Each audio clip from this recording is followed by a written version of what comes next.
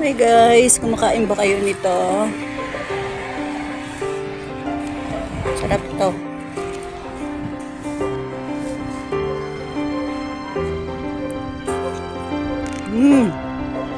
Tamis.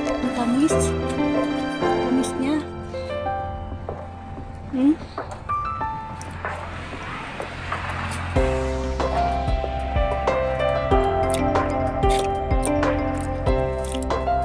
Tamis. Actually, dito sa aking garden.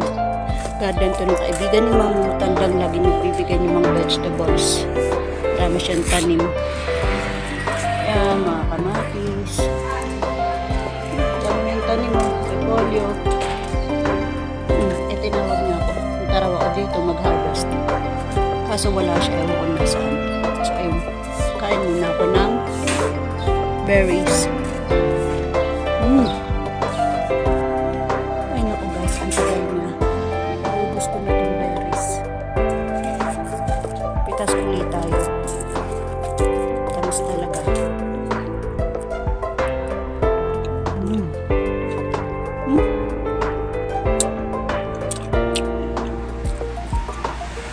Asim-asim yun, nahilaw pa.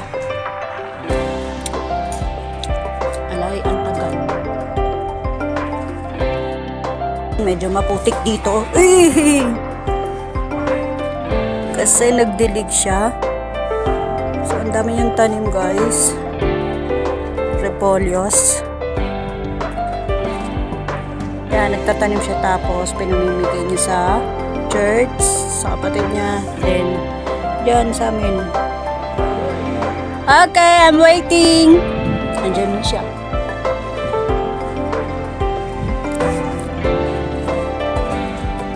So, ayan. On my way daw.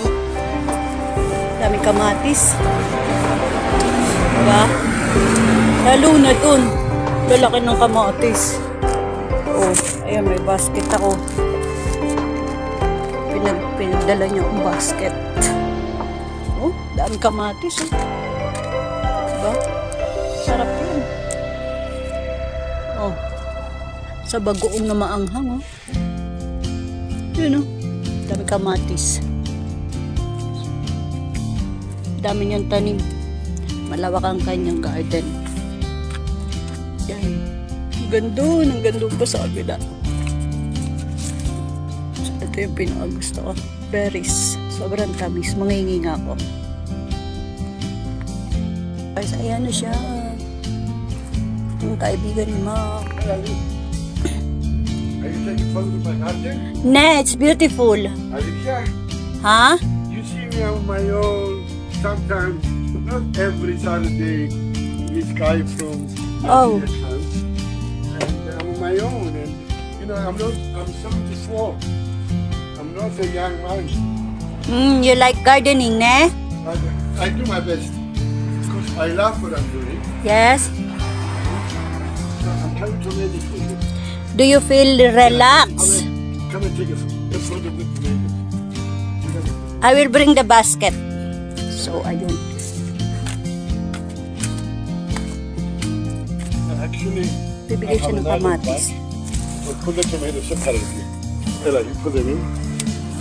To this bag. Okay, let's move. So, ayan na guys. Yung binigay